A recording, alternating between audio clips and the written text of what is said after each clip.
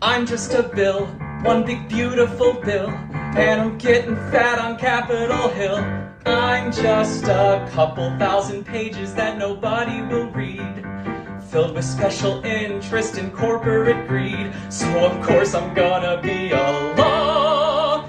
Some people say I'm bad for the poor, but how could that be true? I'm so cute.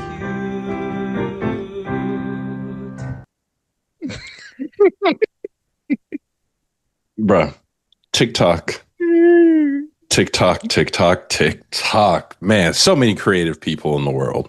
Bruh. So many. Shout out to this gentleman on TikTok named Brandon Manuel for this excellent rendition that is a great reminder of our childhood growing up with Schoolhouse Rock. So welcome and hello world to season 2, episode 27 of Pardon the Politics. I am your host, your co-host, Jeezy, along with my brother and my partner in politics, Manny. My brother, on this fine day, how are you doing? Man, I'm doing good. I got all of my fingers still. Yep, so I survived July 4th. You survived, put it in a reverse Terry Day. Bro, taxpayer appreciation day. Bro. Bro, I was hot, man. So just quick story for you all and our listeners. I'm doing fireworks for my daughter. My daughter is old enough to like be able to see and enjoy fireworks. I'm like, that's gonna be the closest she's gonna do to fireworks. Mm-hmm. And I'm doing great. I done got like the best North Carolina fireworks that I can get. Which ain't saying much. And there we go. So like the neighbors are outside, they're bringing their kids. I'm feeling like a phantom.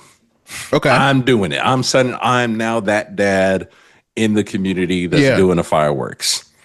Until a phantom pulled up. So directly across, not directly from our house, across from the neighborhood, but we have a clear eyesight to it. Somebody had gone to South Carolina. Oh, bro. See, it's always that one, bro. And I'm just like, smuggling them fireworks over state lines. And I'm just like, then my daughter looks at me and she's like, Dad, can you do one of those? So I got one little rocket. Right. Got one impossible. I send that up and it does absolutely nothing. And my wife's looking at me and I'm just like, all right, fireworks are done, y'all. Bruh. And one of the other neighbors was like, you're doing good, man. You were doing good. I'm just like, you can't beat that. And I'm like, bruh.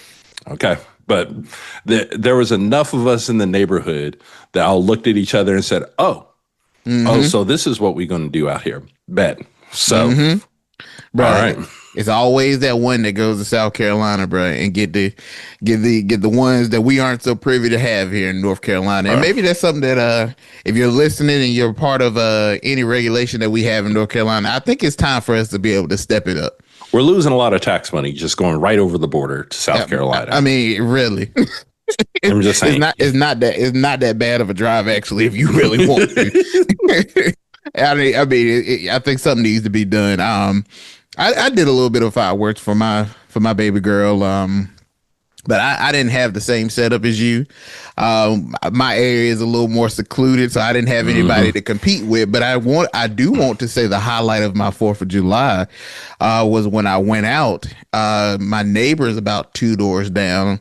I seen a whole lot of cars, man, and it was 3 doors down. I'm like, man, this looks like it's about 40 cars out there, man. Oh man.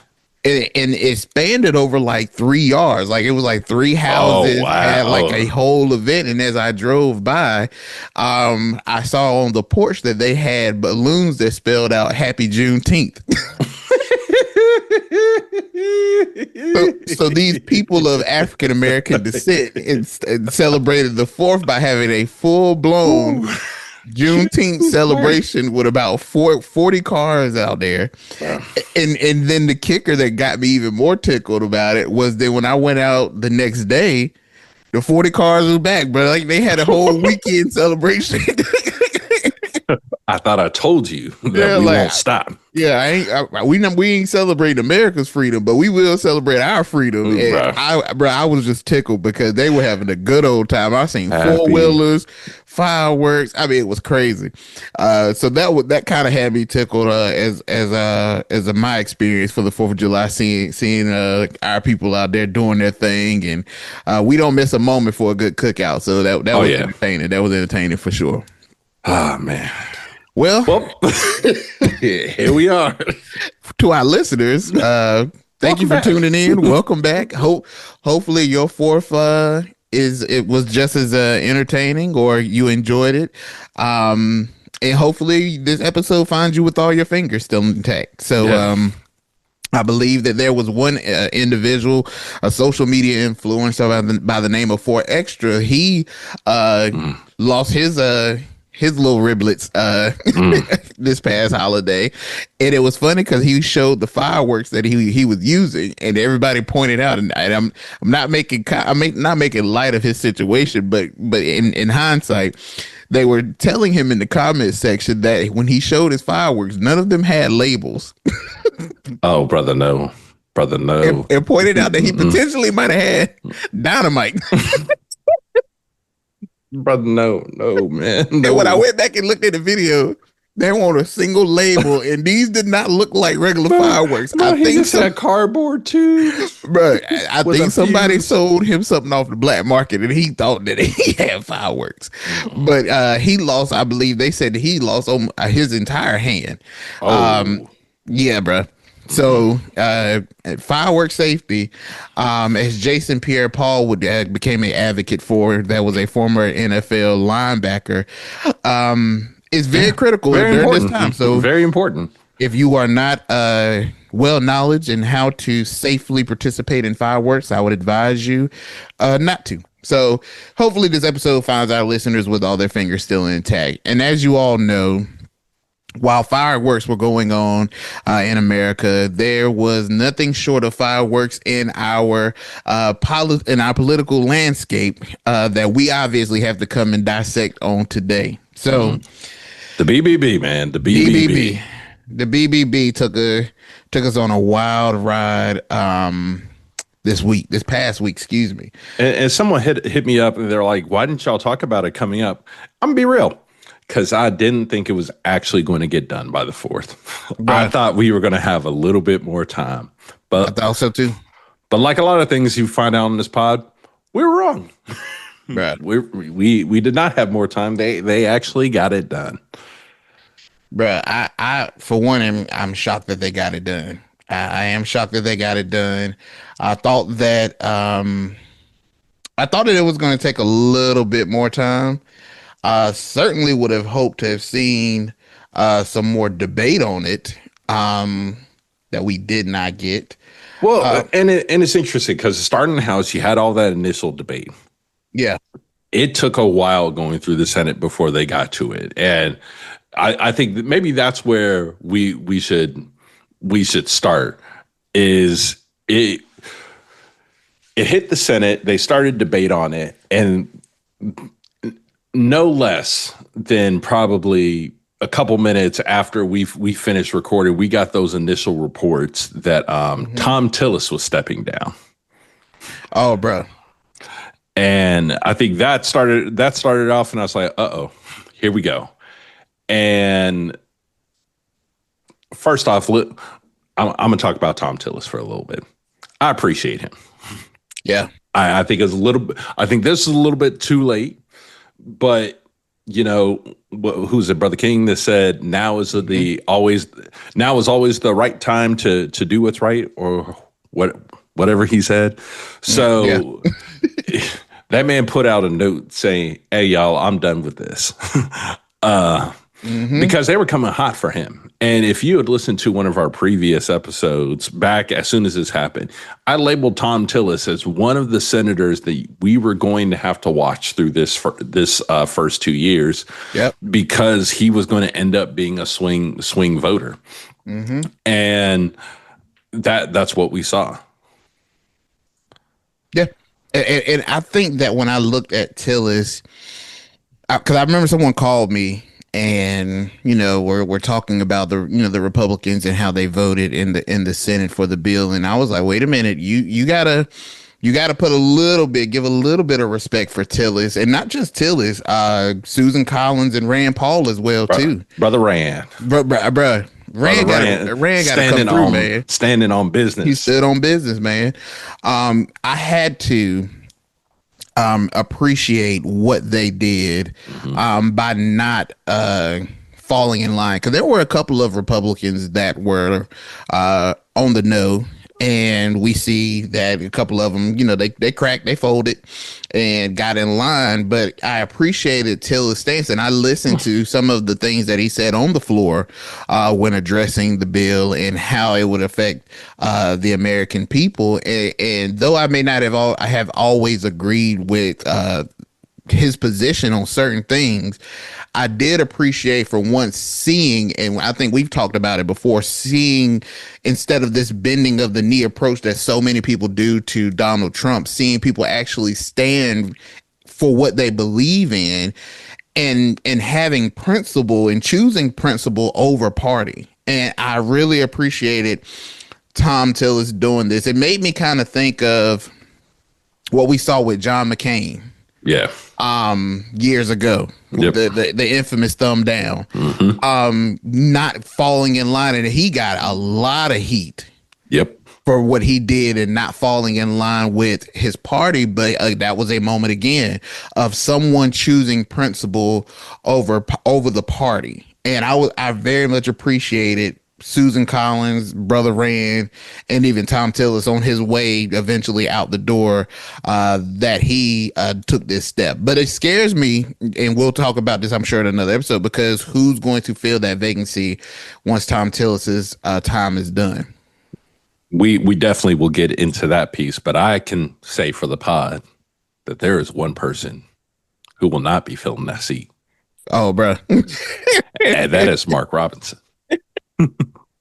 Yeah, if he thinking about it, Mark, just sit down, sit this one out, buddy. Well, and the funny part was after all this started happening, Tillis came out online and said, "Yeah, looking forward to support, yada yada yada, but stay away from Mini Soldier," and that tickled me, bro. Because I think on a list of people who dislike Mark Robinson, number one on that list is probably me. I'm up there. Oh, for sure. I hate him. Oh, for sure. Bro. But number two is Tom Tillis. Oh, yeah. Tom ain't fooling with Mark, bro. So, but that's another episode for another day. The person I want to circle back to is Lisa Bobby flip-flopping Murkowski. Hey, bro, she pissed me off, bro. And I don't get it. Like, so she came out with issues with Medicare and the cuts to the social safety net programs. And I was like, and I told G's in the chat, I was like, we're good. Like there's no way she's not going to flip over. Then I saw that Senate leaders had gone ahead and made changes to, okay, we're cutting every place else but Alaska. I was like, oh, okay, so she's back on. And then when the parliamentarian said, hey, y'all can't do that, First of all, thinking that you can do that is wild, bro. If we can get your vote, we'll just make sure this don't affect anybody else. Bro, a wise politician, Jason Sane, here in North Carolina, once told me, all things are possible through Jesus Christ and Robert's Rules of Order. I like that. and this was not possible. This was so for her to be no. Yeah. And then the switchback, like, okay, we got to do something. But then to still vote for it, I'm like, girl, what? And then her comments immediately after to be like, hey, I hope the House sends it back so we can keep working on it. Well, why'd you vote for it? If you want to keep working on it, then you could have voted no. Bro, that's how I know that in the political arena for me, and I'm speaking only for me, I don't see myself any further than being a co-host on this podcast. Because there's no way I could be in Washington with people that think like that. That made absolutely no sense. If you oppose it now, then why are you voting yes and then saying, well, I hope you send it back to me? Vote no now. Right. Vote no now. That to me was so stupid. Now, which everybody knows the bill has been passed in the House, so it's not coming back to the Senate. Like that was the most idiotic thing. Not the most, but it's one of them. It's up there. It's on. It's on that list. It's on the list of some of the most idiotic things I've heard a politician say, and so just to kind of to break this down. When it went to the Senate, it did pass. It went, and I think they made some revisions, right? 45 different amendments to make changes, and we'll hit on a couple of them. But there were 45 different changes that the House made, and ultimately JD had to come in and break the tie. Mm-hmm. So JD had to come in and cast his tie-breaking vote, which then sent it back to the House. And when this happened, I thought, okay, well, we're going to have a little bit more of a squabble in the House. And just so everyone's aware, so because of how they did this bill, both chambers have to pass the exact same bill. Mm-hmm. So the House would not have had to do this vote that they did if the Senate didn't make any changes. But because the Senate made changes, now the House had to vote on it. Because the House made no changes, so they had to approve the exact same legislation. I just was shocked, especially when you saw, the Taylor Greene, Marjorie. Well, there we go. Say like, hey, I'm against. Like so many people in the week leading up to it was just like, oh no, I didn't read this. No, we can't be adding this much to the deficit. To just come back and ultimately fold. Mm-hmm. And then, guys, we got smoke. I got smoke for a lot of people here, because then when it got to the House, your boy Hakeem Jeffries, bruh, so annoying, so no. Yeah, because I know we've talked about it with the performatives of the Democrat. This is what I heard. I heard that the objective partially was to give people time, the American people time, to call and flood the phone lines of their representatives to voice their concern of how they oppose the bill. That's what I heard. And that sounds cute. But I think at this point, they're not listening to them phone calls anyway. They're not listening to the phone. Because they in there. It's a holiday weekend. Bruh. I'm trying to figure out what I'm throwing on this grill. Bruh. I'm trying to figure out my route of 4th of July plans. Who's going to make the best mac and cheese? So I got to go to their house. Who's doing the ribs? People ain't going to call in. A greater portion of the American people had already, after it got through the Senate, had already decided that this is what it was going to be. My issue with Hakeem, and I have two issues with the Dems. Here's my first one. I'm going to talk about you, Brother Jeffries. Did you know he was a Kappa? You know what? I've learned a whole lot about this situation from that one fact. You know what? A lot just makes sense. It makes sense now. But Hakeem, if you're going to be petty, let's be petty. So if I'm in Hakeem's, I'm going up there. Oh, Trump wants to. This is going to pass. I think he knows at this moment it's going to pass. Oh yeah. Oh, Trump wants to be able to sign this on July 4th. You know when I'm going to be done talking about this bill? July 5th at 12:01 a.m. I'm about to be up here a minute. Bring me a phone book, bruh, because I'm reading all the numbers. We gonna be here. I got no rules for my magic minute. Bet. Bet we just gonna be there, just so you can't sign it on your arbitrary deadline, Trump. Facts. So that's my first issue. Here's my second issue. Dems, when the BBB came up, it passed by one vote. 215 to 214 to 1. And if you guys have been tracking the Congress, there have been 3 senators. I'm sorry, three representatives Yep. pass. All Democrats. Yep. All pass. None of their seats have been filled. And I can only assume that those 3 seats were going to be Dem seats. Yep. So why exactly are you all nominating people, first off, who are old? Bingo. First and foremost, old. Second off, are kind of sick. There were people that won seats that were actively fighting cancer battles. Yeah. And I think I would have it. Now, not all cancers are made the same. Not all cancer battles are the same. Yeah. But my understanding is several of these cancer battles were deep battles. Yeah. Why are you holding the seat? Why are you holding the seat? Because had just 2 of y'all been around, could have stopped this bill. And then the last person that I think Dems don't give enough smoke to, but I have a little smoke for them today on PTP. Uh-oh. Ruth Bader Ginsburg. Bruh. I got a little smoke for her too. Bruh. From the grave? Bruh. Because like at some point, and this is the problem with the boomer generation across the board, is that they want to stay in these positions for so long. So long, bro.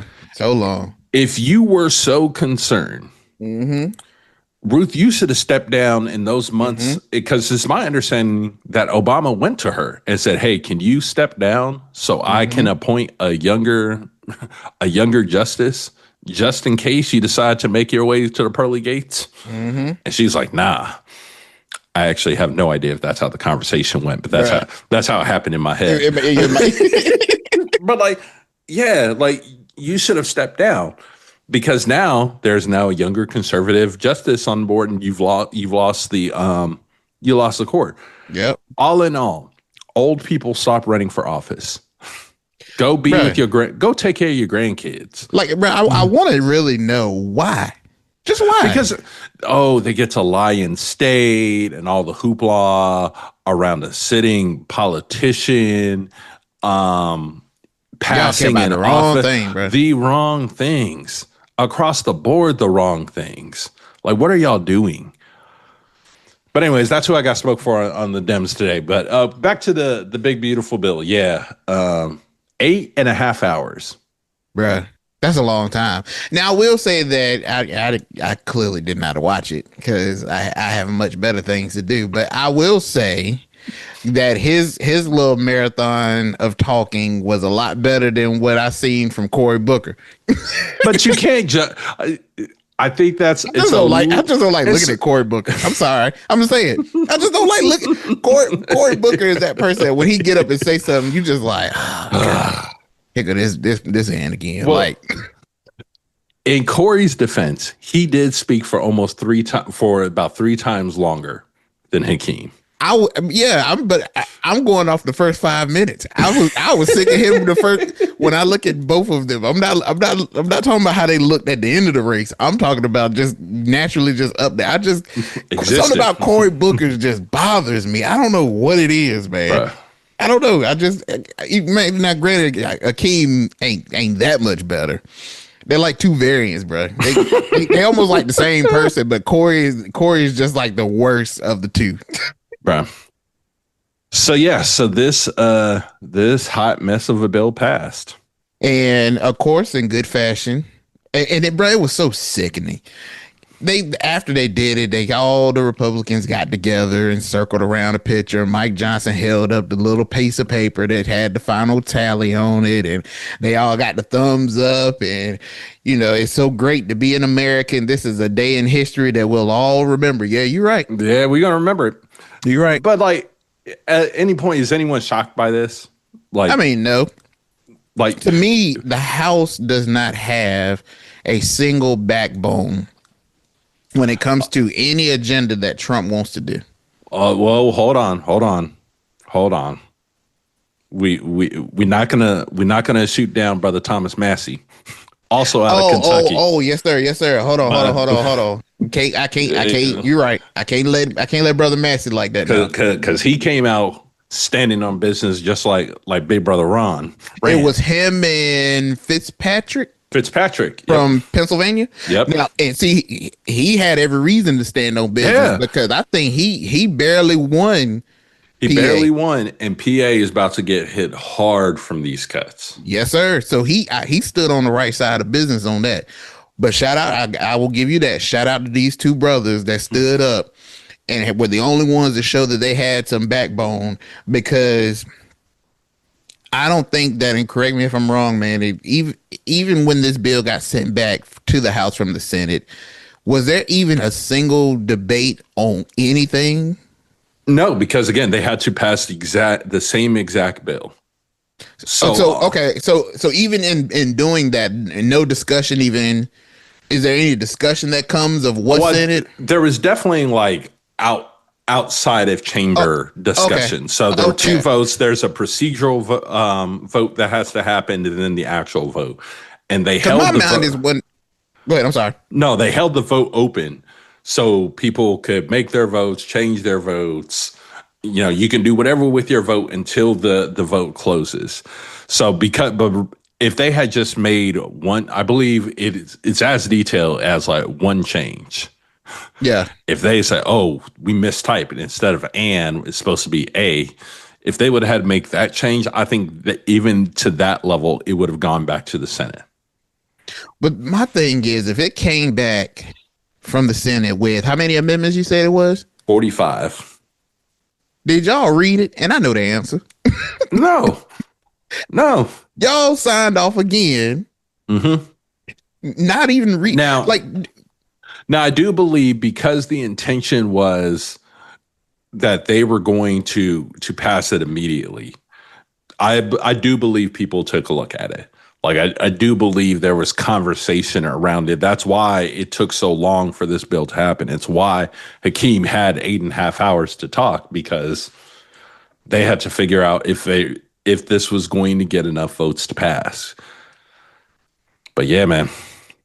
Well, of course, with the bill passing in the House, Trump had to make this as monumental as it possibly could be. Hey, look, love it or hate it, just looking from a purely political standpoint, this was a win for him, because I didn't think it was going to get done. I mean, yeah, it definitely was a win for him in being able to accomplish it. But of course, he signed it on the 4th, which he wanted to do, and he signed it around about 4 p.m. during the White House picnic, which he had the B-2 bombers overhead. Right. He called it the most popular bill ever, despite it having a 55% disapproval in the polls. And I feel like that 55% is generous. Oh, that's very generous. I think that's very generous. But when we look at this bill, for all of our people that listen to the pod, what's in this actual final version of this big, beautiful bill? And before we say that, I can't remember if this was factual or not, but did I hear or read correctly that Chuck Schumer tried to do something to change the name? Change the name? Yeah. So bruh, yep. See, slap his hand, bruh. Stop with the performatives. Like, come on, that's now. Why you gonna lose. That's why you gonna lose AOC. AOC about to dog walk you through. He gonna try to change the name to the big ugly atrocious bill, or whatever he tried to change it to. Like, sir, AOC is about to dog walk Chuck Schumer walk you through Central Park while eating a pastrami on rye. It's gonna be a bloodbath. See that it was like, bro. Now you are too old, Chuck Schumer, to be playing them games. But there was somebody online who was like, the difference between Chuck Schumer and Cocaine Mitch McConnell, bruh, is if they're both playing Monopoly, Mitch McConnell steals all the money from the bank, lights the board on fire, and throws it out the window. Meanwhile, Chuck Schumer looks up from looking at the rules and says, one of us gets to be the thimble. Right. Yeah, Terrible. Terrible. y'all not playing the same games here, and Y'all are not. And every major bill, it becomes more and more apparent that you guys are playing two. Republicans and Democrats are playing two very different games. Very, bruh, two different games, bruh. But like in that, what is in this final big beautiful bill that the American people can look forward to? Oh man, well, the Trump era tax cuts, and they were going to expire in 2025. Those keep going. Yeah. I think that is good. That is good. The middle class needed that. Okay. The child tax credit is going to go up to $2,500 until 2028, and then it's going to go back down to $2,000. The things that we heard around tip and overtime tax deductions up to a certain point. The interesting one, but I'm kind of low key upset about the MAGA savings accounts. Look, let me tell you why I'm mad about the MAGA savings accounts, because you could have started this for kids that were born in 2024. You could have. You could have waited, but okay. The interesting piece from a tax policy is that there is a new tax on large private university endowments. Now, I want to do some digging on that one, but Harvard, Duke, Columbia, bro. That's wild. So, and then the authority to revoke tax-exempt status for nonprofits supporting designated terrorism groups. While I read those words and I say, you know what? That makes sense. That makes sense from the words. Now they're getting ready to apply this all wrong. But I was about to say that the application is going to be crazy. The one that's about to be problematic that no one talked about is they are eliminating the IRS direct file in favor of public-private tax filing options. So you can file your taxes electronically for free using IRS direct file. Yeah. Now, what I believe is going to happen is that that's not going to be an option. You're going to have to go through TaxAct, TurboTax. And if you've ever been on their site, it is pretty hard to file your taxes electronically for free on those sites. They are possible. Yeah. But it is really, really hard. So, and guys, it just keeps getting worse from there. So there is about $1 trillion in Medicaid reductions. And they basically execute that by kicking a lot of people off and wrapping up some of the programs. So we're going to see tighter eligibility, more work requirements, and obviously more paperwork, because you add more paperwork, you discourage more people from doing it. And I think with that Medicaid thing too, that was very interesting, Manny. I just wanted to point out. Yeah. They had I want to say it was either on CNN or it may have been Fox. I can't remember exactly which one, but they had Mike Johnson on. And of course, Mike Johnson is from Louisiana, and they were talking about, you have a large population of people who rely on Medicaid.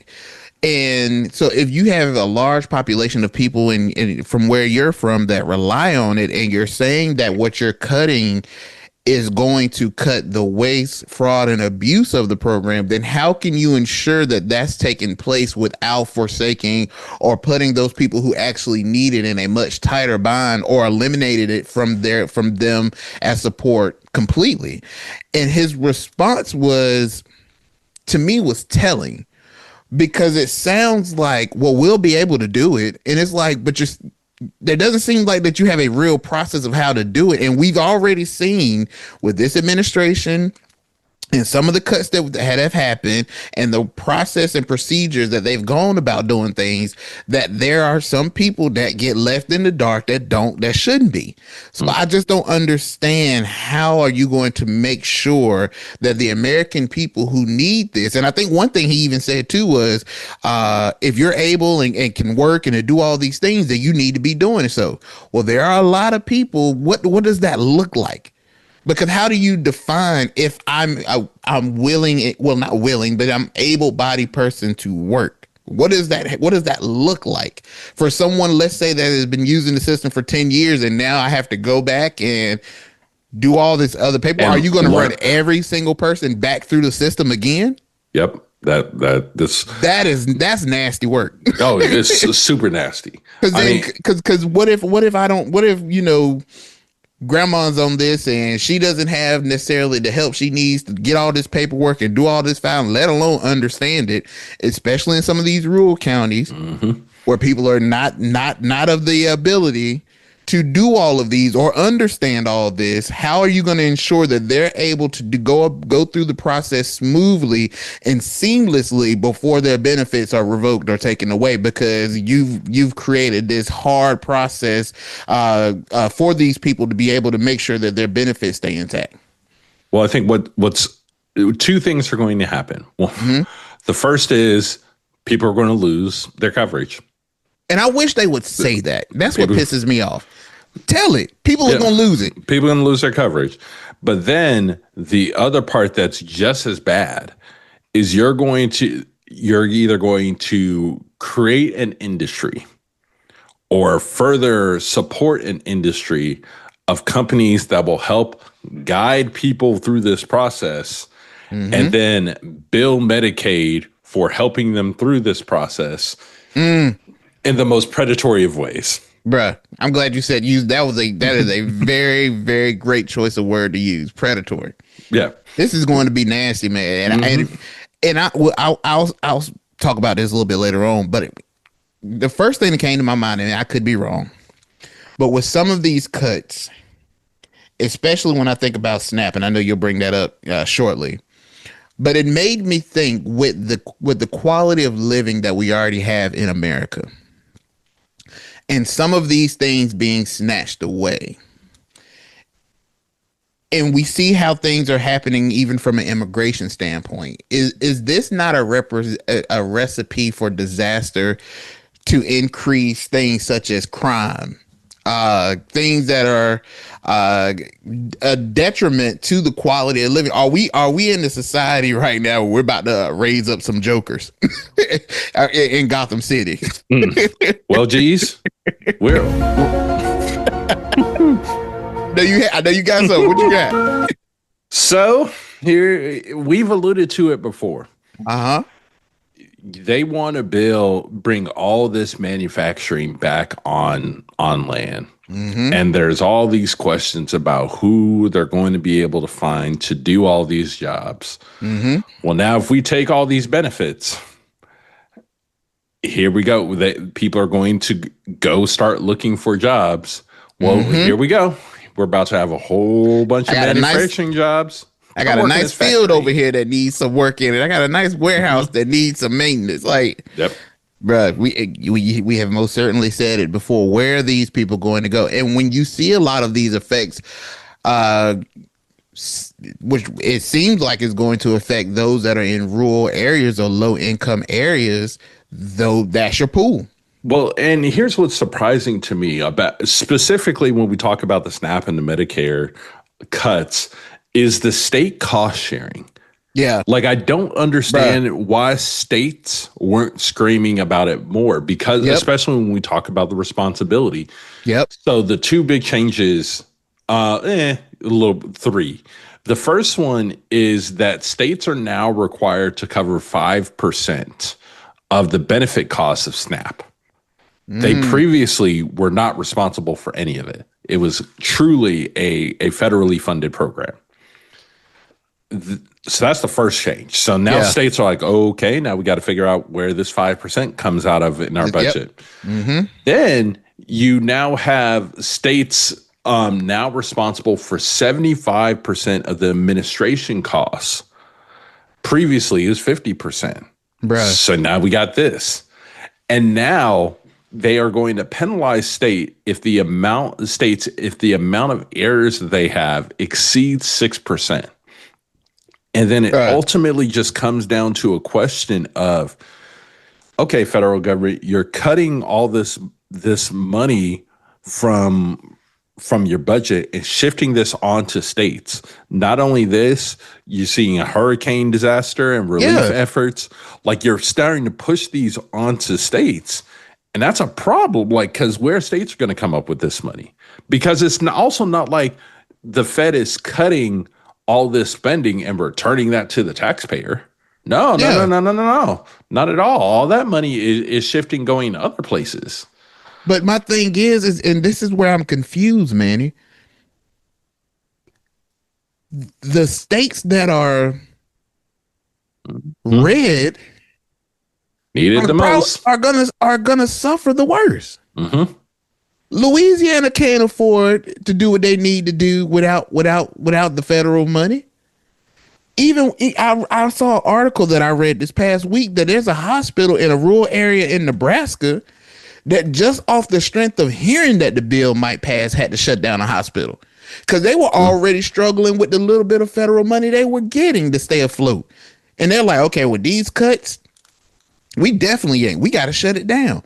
These Republican areas, these states, which voted for these people in, and which is why I'm confused at the way that these people voted as far as in the House and in the Senate. The people you represent are going to suffer the most. Hey, but it's all good because you know why? Transgenders in sports. That got taken care of. Like, bruh, you ain't got to worry about transgender being in sports. You won't have a TV or a newspaper to even read what's going on in the world because you're going to be so poor. But we digress. We digress. I am not understanding the logic here. And I do not understand the benefit at the end of the day for the American people. They're talking about 8 million Americans are projected to lose their SNAP benefits. Now, we've said it before on this pod. Are there some people that probably got food stamps who do not need it? Absolutely. We all know somebody that done sold food stamps, or you was in college and you got you a good little piece of $100, $200 where you got, everybody knows somebody that has benefited, but you cannot tell me that there's 8 million people abusing the system. I just can't. I can't.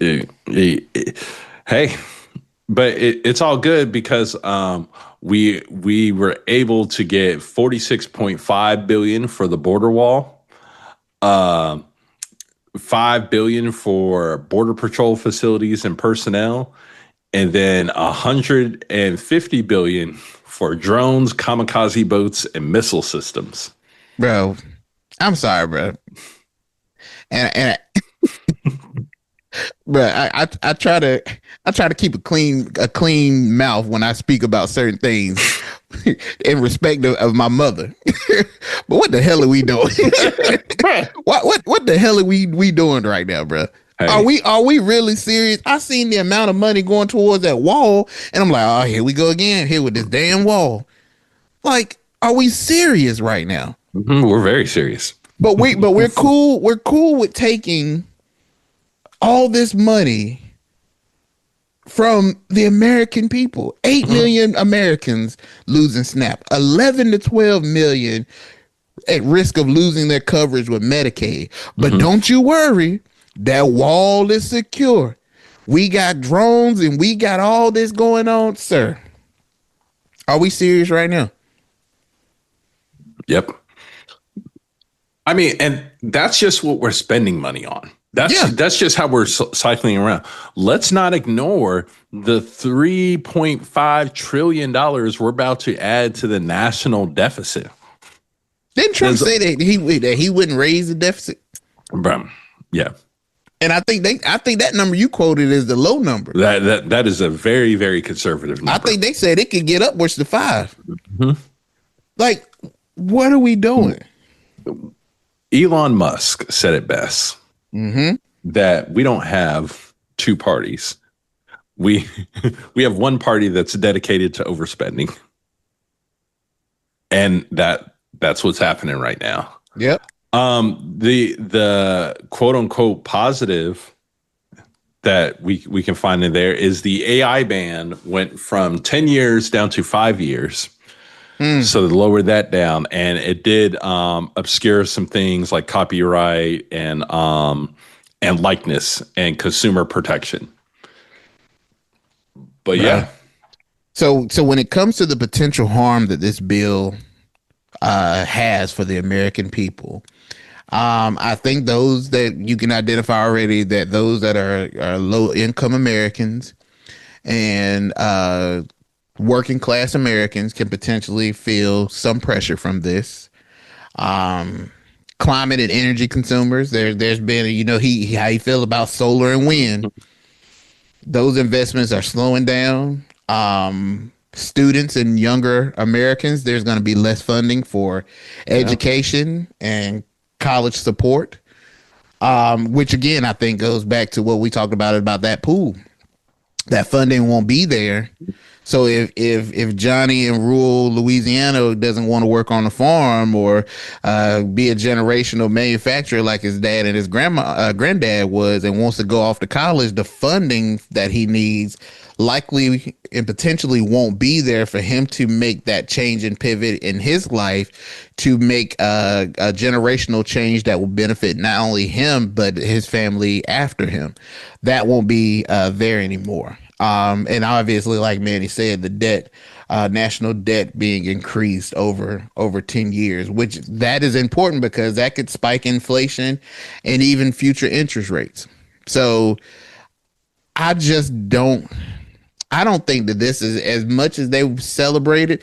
And I think what's going to be crazy is when the pressure starts being felt from this big, beautiful bill, Democrats better be smart, because I'd be running that ad campaign with them all sitting there holding that ticket, thumbs up, smiling, grinning. Oh, bro, I'm about to run that clip through the ground. Bro, they said they were so excited, man. I don't know if you saw this, but the guy said that the Republicans were so happy they was in there grabbing each other's butts and stuff, bro. Bro, I saw the video and I'm just like, y'all.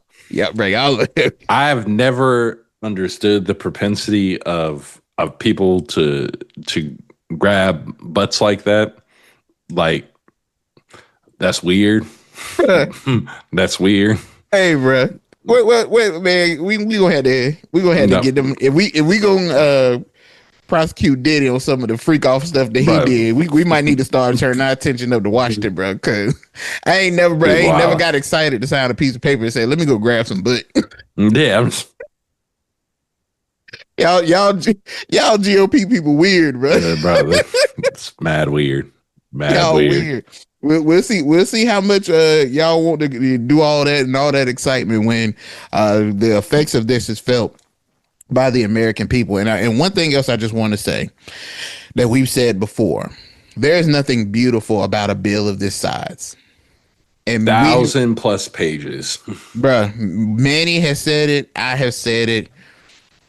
We should not be throwing all of these issues into one big, beautiful bill. Because, or whatever Chuck Schumer wanted to call it, bro, you get out of here. But we shouldn't. It's not good for the American people. It is certainly not good for politics, because most of you elected officials can't read at a level to understand what was in there, to understand what's going on. And when you jumble all these concerns together, somebody's going to get the short end of the stick. While one part may be good, somebody's going to suffer from the other side or some other part of it. I think we've been very adamant about how we support just single line issues. It's fine. Yeah. Get it. If you got to get 45 single bills, do the 45. Do the 45. Why? What is the harm in doing that? Because this one big beautiful bill is going to be one big ultimate disaster for somebody in America. I believe the money that's going into detention and all the ICE things. I believe ICE agents are now getting raises and stuff, and all this money. But over time, at the rate that they're doing all these deportations, is that necessary? Because at the rate y'all going, it sounds like y'all about darn near got everybody out. So then the level of this, is insane to me, and I just don't believe the money is allocated properly. And I feel like that this will ultimately be looked back as a day that your representatives, they sold you out. Yep. They sold the American people out, man. And Chuck Schumer, if you want to use the one big beautiful disaster line, hit us up at the pod. I'd love to have you on. That's the cost that we'll put on you for using that name. Just come join us at the pod. You need to go somewhere and sit down and take Cocaine Mitch with you too.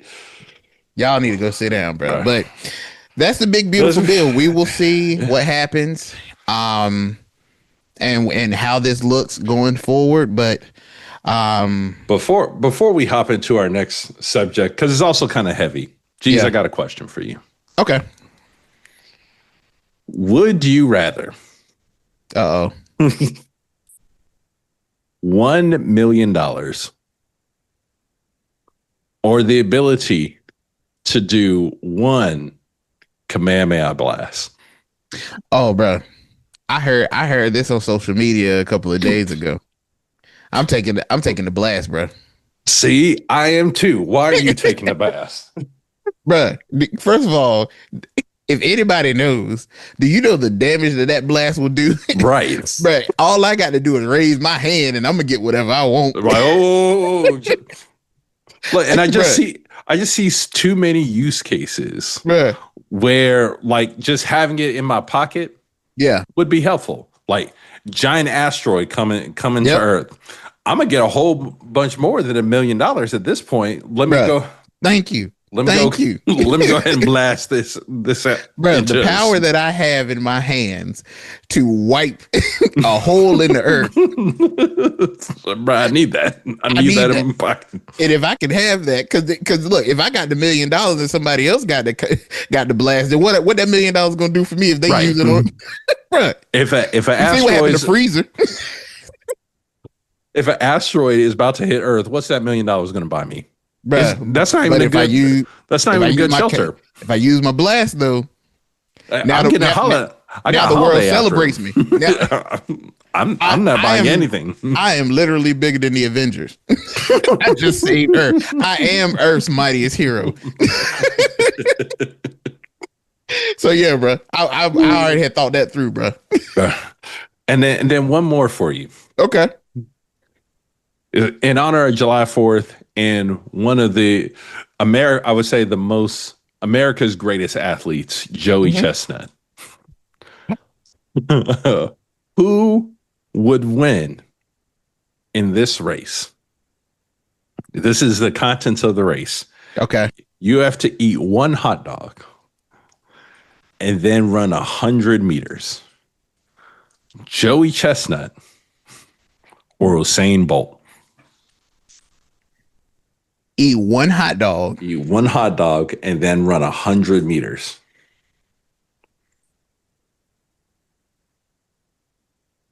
I'm going to tell you my answer. Okay. I'm taking Joey Chestnut, and I don't think it's going to be close. Bruh, I see. That's where I'm torn.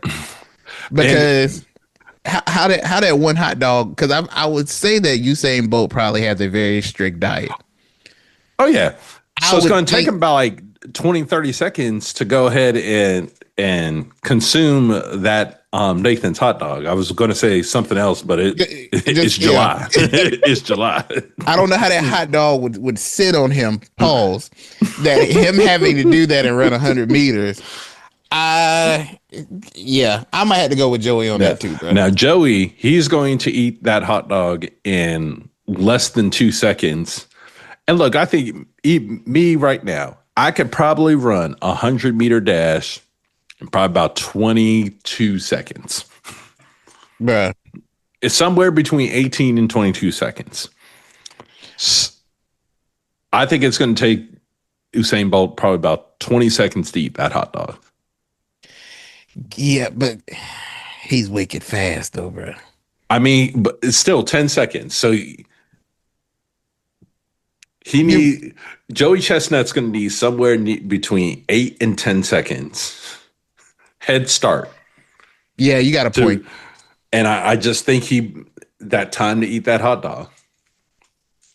Yeah, you might be right. You might be right. But shout out to Joey Chestnut for coming back and saying I'm the GOAT at gobbling glizzies.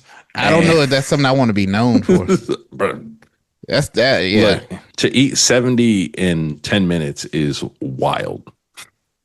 Boy, I know when he get home, boy, he tear the paint off a bathroom wall, bro. God, bro, ain't nowhere in the world, bro. All that processed meat in your belly, bro. No, ain't nowhere in the world I let my body digest that, bro. Oh no, absolutely. Absolutely. Bro, I feel weird when I go to a cookout and have 2 hot dogs. I can't imagine. I start looking around like I know. All right, that's enough. Well, I wanted to do that little palate cleanser because it gets way more depressing from here. So. We gotta. I appreciate that. We got a little bit of a situation going down in Texas, and before we dive into it, I feel like we need to get the most meaningful part out of the way.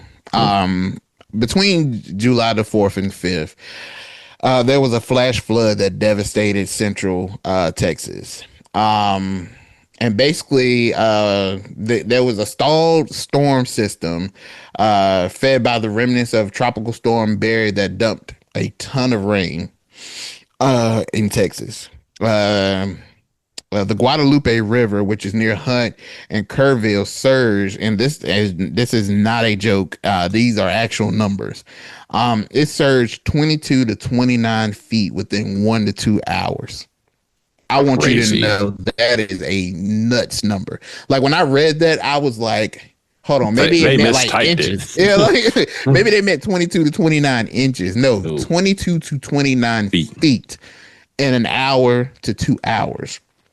Then intense rainfall prompted 6 flash flood emergencies in the Central Texas area. As of July the 5th, there are at least 52 people that have been confirmed dead. Hold on, a correction, because I actually just checked. It is now 70. Jesus. Yeah, man, that number has climbed since we started recording. That is wild. That is wild.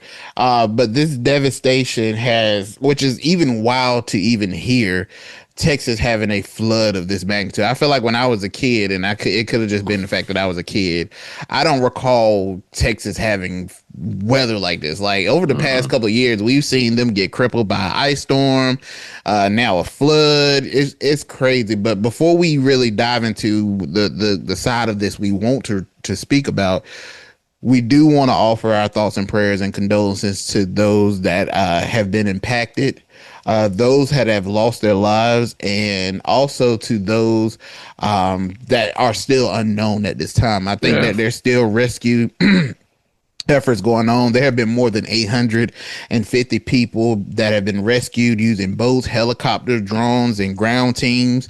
Want to give also just the thoughts and prayers to those that are actually on the ground in these boats that are carrying out these rescue operations, because that takes a level of energy and there's also a fight of exhaustion that they have to go through to continue to do this hours in and night out, day in and day out, because we know that with any natural disaster, any devastation, every minute, every second, it counts, and there's a potential between life and death as minutes and seconds pass by. So just that whole situation, and as the efforts of it continue to go on, just condolences to everybody and thoughts and prayers to all those that are involved. And I believe that President Trump has declared it a national emergency. Yep.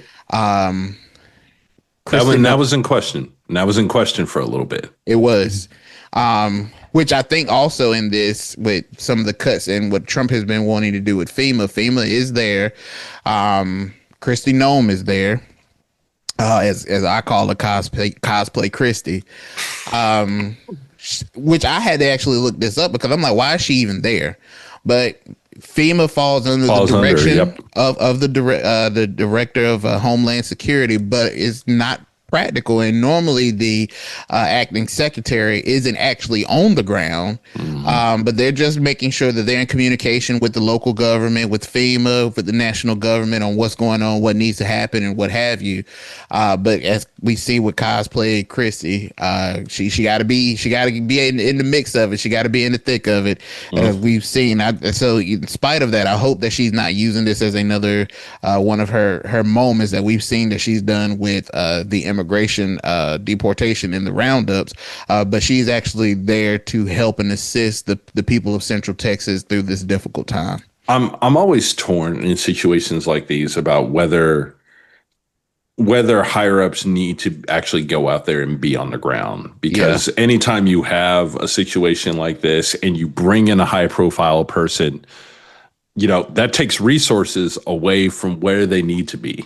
Yep. But glad that Trump did sign the declaration calling it an emergency. That was obviously in question for a while here about whether he would actually do that, talking about his longstanding focus that, hey, we're going to push this back onto the states. And before we really get into it, you hit it and I want to hit it again. Pause. I was about to say pause. Whoa. You brought up the point. I want to reiterate the point that anytime, if you look across America, when there is a major incident situation like this, the ability of the American people to rally together, to try to help one another, it does speak to the strength of the American people. It's just unfortunate that it takes incidents like this to see it. Yeah, I totally agree. Yeah, but there were definitely questions about whether this was going to be signed off on, whether they were going to put the responsibility of managing this back on the state. I think in this situation, it's probably fortunate that it happened in Texas, that we saw this. I think there are probably some questions that are going to be sitting around about, well, what if this was in Texas? That's a great question. Hopefully we won't find out. But with the uptick in what we've seen done, it's likely to be the case. And when I first saw this and kind of got around the shock, I was like, how did we get here?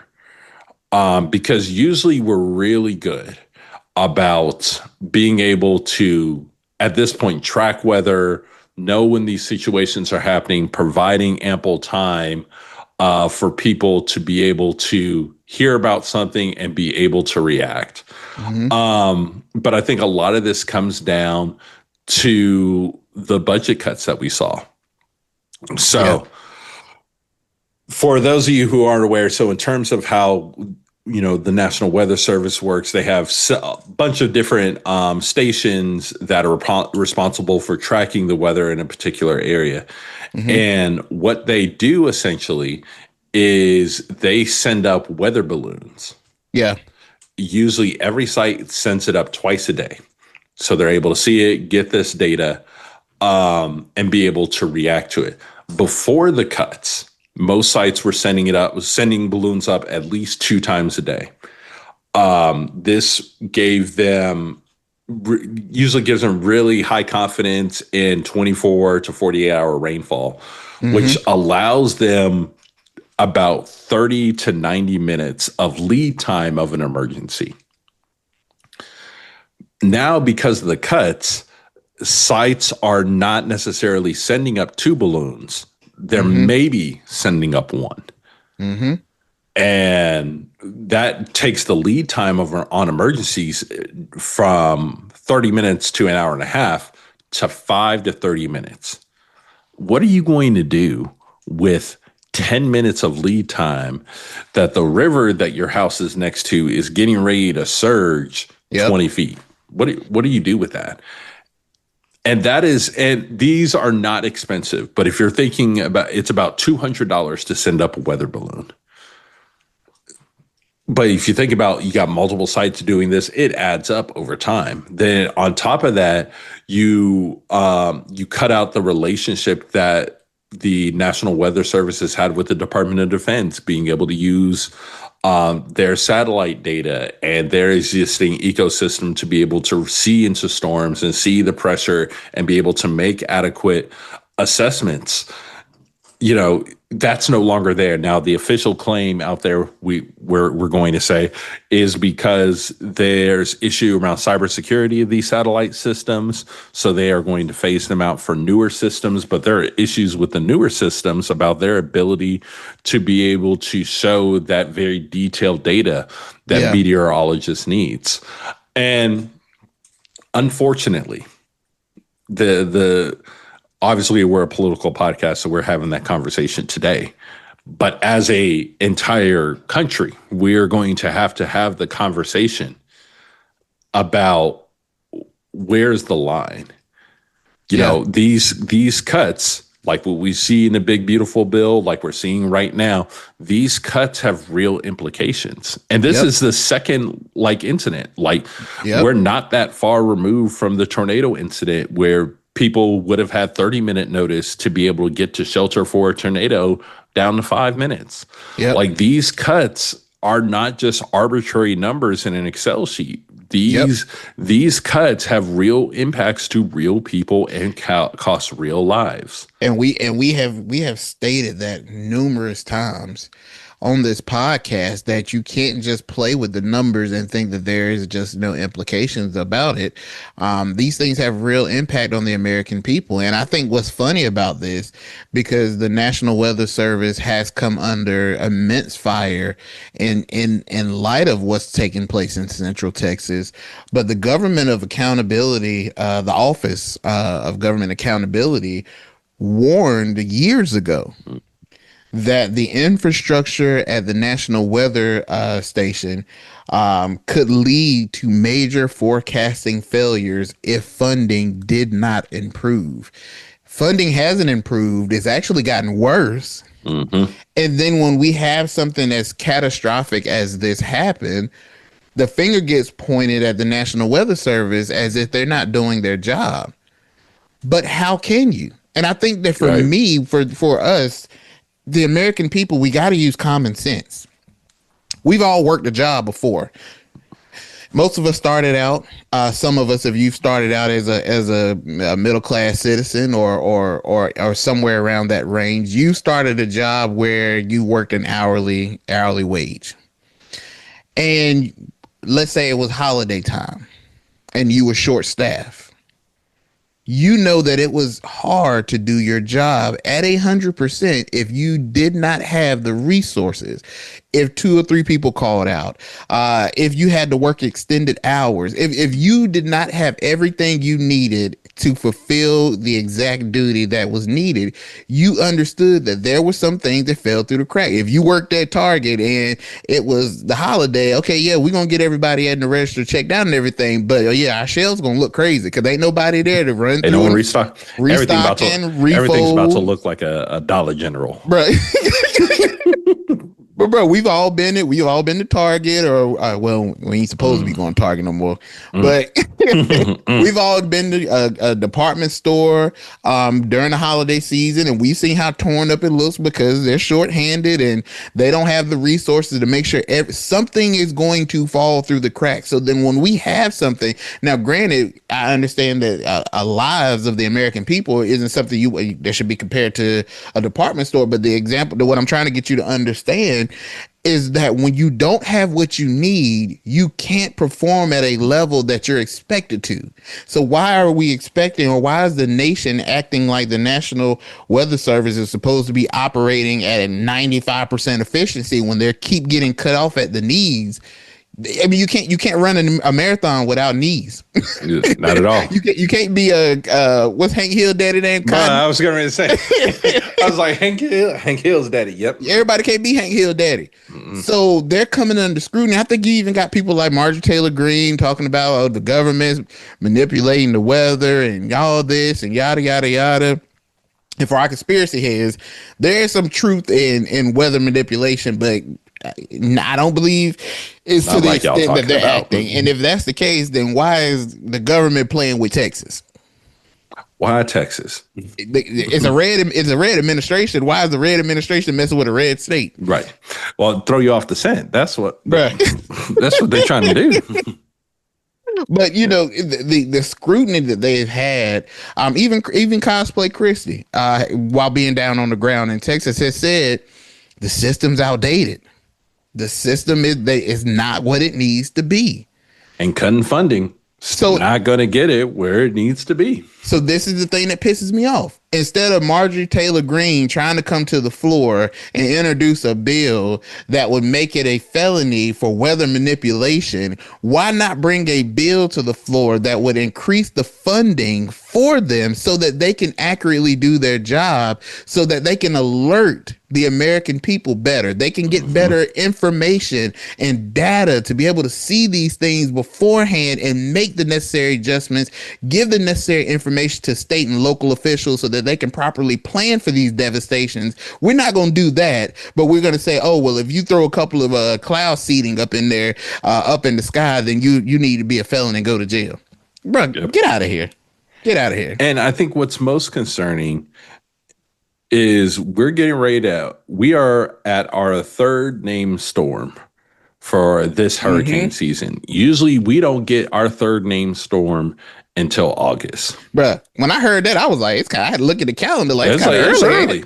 We just got in July. And there was a meteorologist out of Florida who said, we are going to be predicting hurricanes with the same accuracy that we were able to do in 2000. And that's a problem.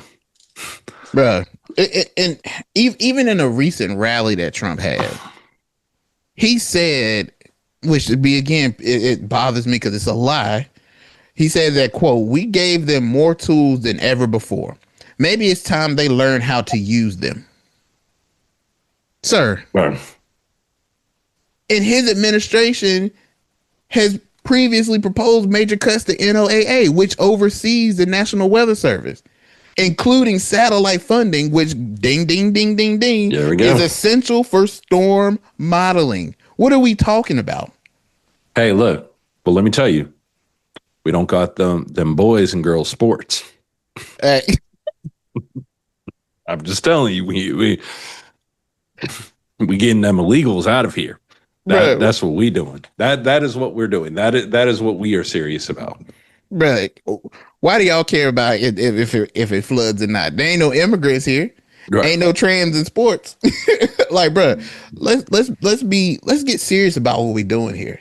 This is a devastation that has happened to the American people in Central Texas. Yeah. That I don't care what side of the aisle you come from, we can agree that there is a level of accountability that the government needs to take. Yeah. And this isn't about pointing fingers.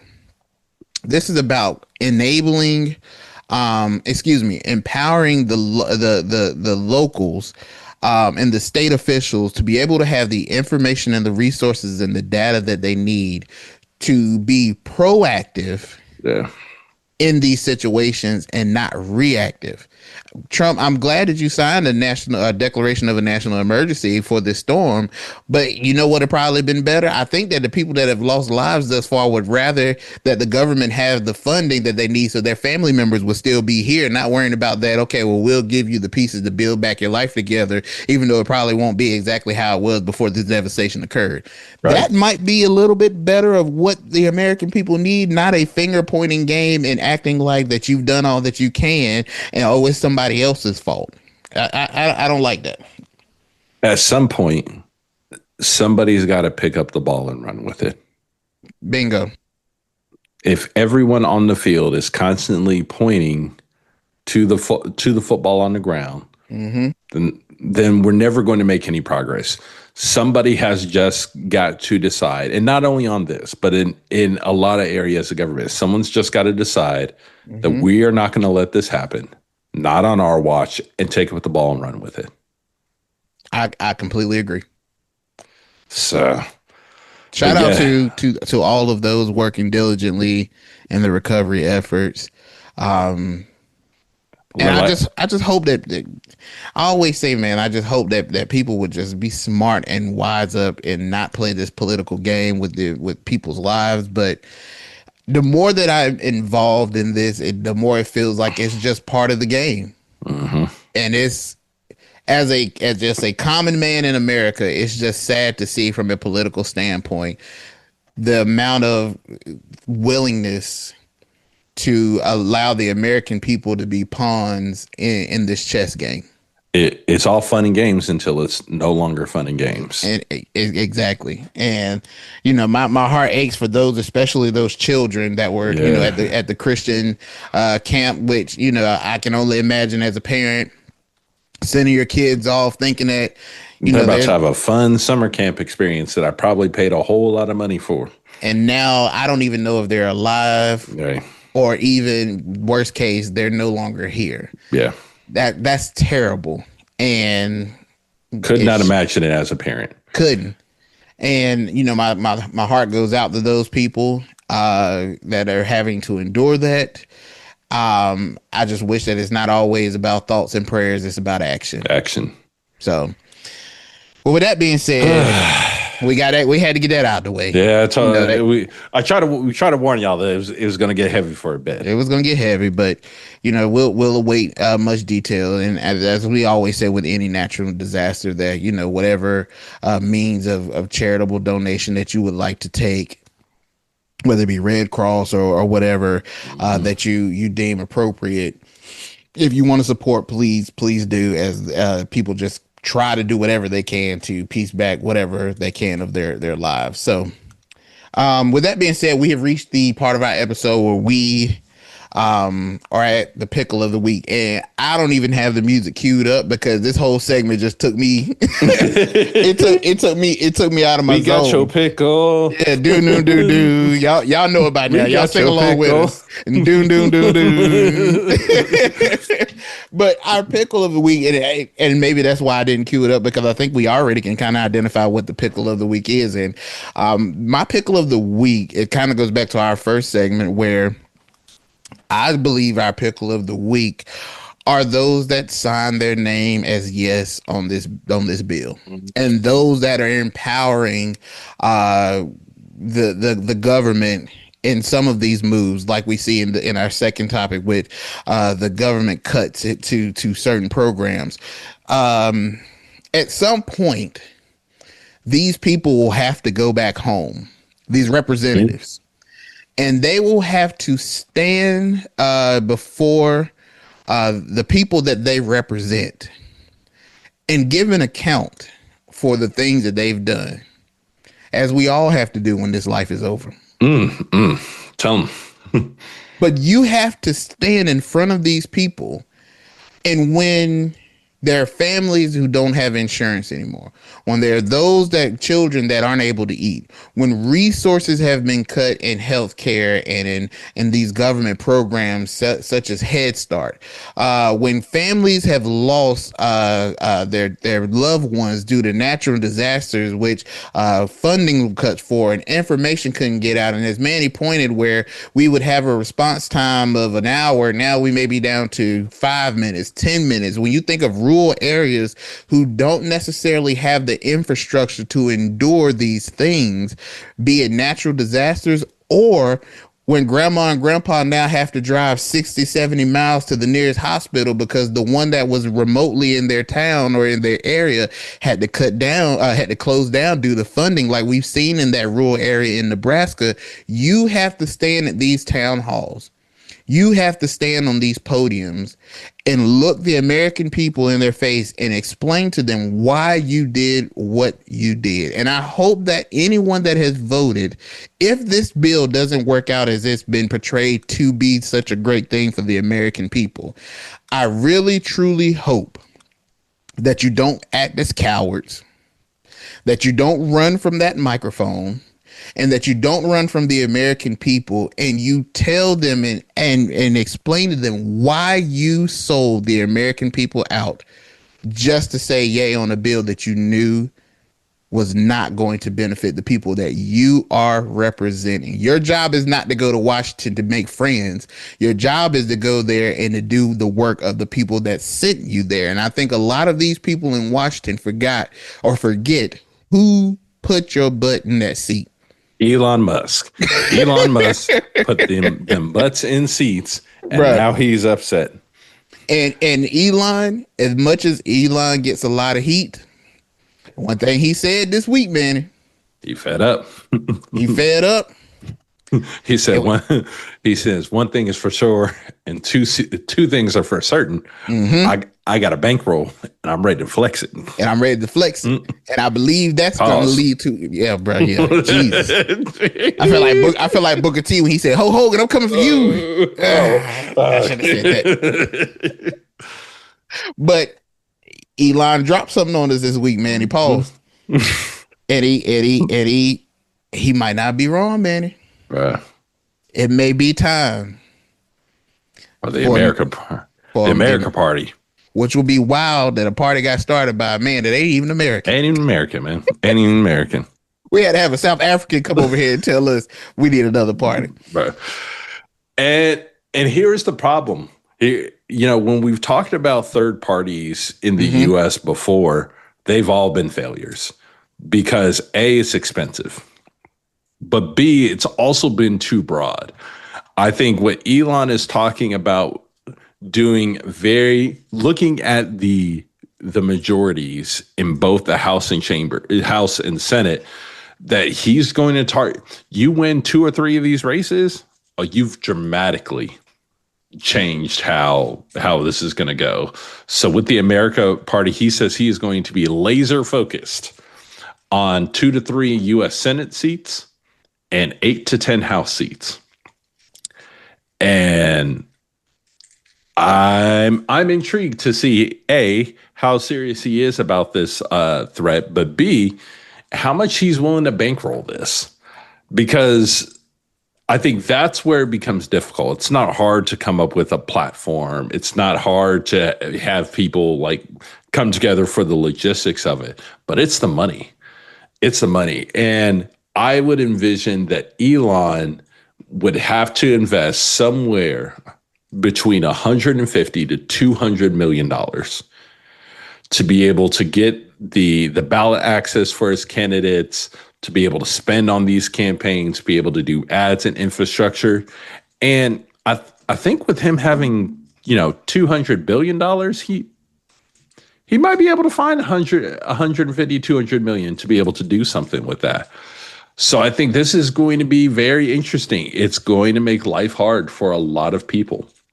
And with his statements that the party is largely going to be focused on fiscally conservative bills or fiscally conservative ideals, I think it becomes real interesting about how everything realigns.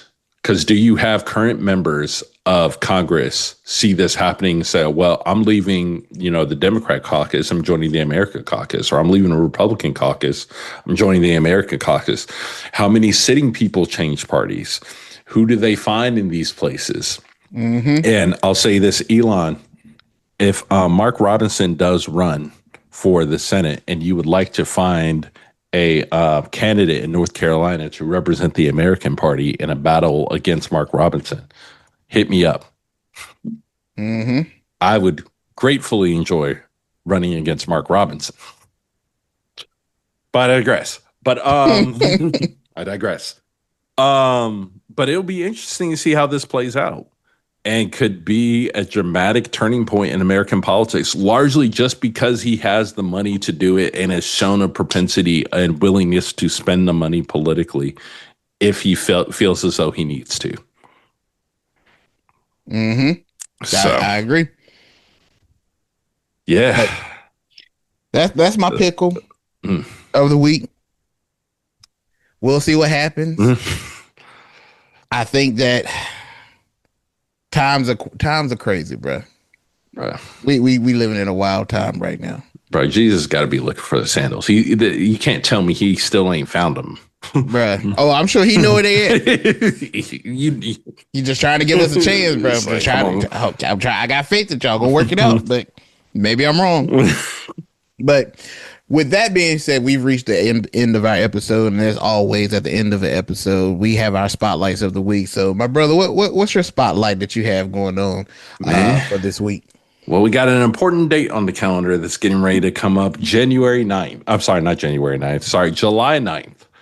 And for those of you who are unfamiliar, July 9th is the end date for the 90-day moratorium. Okay. For tariffs. So after the 9th, the pause on tariffs end, and all of the tariffs that he put up, if you don't already have a deal in place, then all those go back. So that little island with the penguins, tariffs are coming back. That 10% is coming for you. Somewhere, hey, bro, penguin somewhere just shaking his head, bro. Right. Now, why this ends up being a spotlight is A, because this is happening, but B, there was a new leak or report coming out of the White House where a senior Trump administration insider told Politico that the whole tariff policy, especially the Liberation Day deadlines, are more theatrical than actual substance. Their quote was, "It's all fake. There's no deadlines. It's a self-imposed landmark for this theatrical show." Bro, that's crazy. To one point, I say, duh. But to the other point, I'm just kind of like, so if y'all know this internally, what are we doing here? Why are we playing around with the economy like this? Let's not. Let's not. Mm-hmm. Are there some countries we actually need to have some true trade conversations with? Yeah. But leave the penguins alone. They ain't do nothing. Leave Canada alone. Leave Mexico alone. Like, bruh, come on now. This too much. Right. And it's like, for what? Like, what is this theater buying you? A sense of power? No, you're just buying enemies. We've said it before. Like, at some point, you can't fight everybody. Exactly. We don't have while we have a lot of B-2 bombers, we don't have enough to fight everybody. So, yeah, so we will watch what happens as the White House very strongly came out and say the hollowing out of American Main Street and industry is not theatrical to show. President Trump pledged to use tariffs to level the playing field, and the administration is committed to delivering on this pledge. To which I say, okay, cool. So what are we going to do on Wednesday? So we'll find out on Wednesday and make calls from there. Bruh. Well, from my side of this spotlight, man, there was something that happened over this past week. There was a report that came out, and on the 4th, the Dutch and German intelligence released a report that was stating that Russia had been increasingly using chemical weapons in Ukraine. Now, this report wasn't on any isolated incidents, but it was just something in general that they were doing. But the Dutch intel community believed that Moscow was testing the boundaries of international law, seeing how far it can push without triggering global retaliation. And that international law that they were talking about that it violates was the 1993 Chemical Weapons Convention that bans both the use and development of such weapons in war.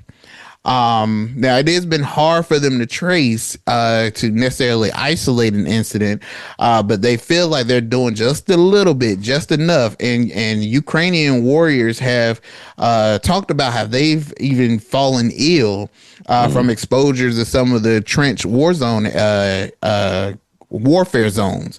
But there hasn't been much discussion about it, and I thought that was pretty interesting because very problematic, but also this past week, before that report came out, in Brussels between July the 2nd and the 3rd, a Chinese foreign minister said to the EU foreign affairs chief that Beijing cannot accept Russia losing its war to Ukraine.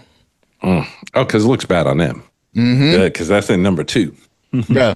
And if they did, they felt like obviously there was to be a pressure from the U.S. to fully pivot towards China.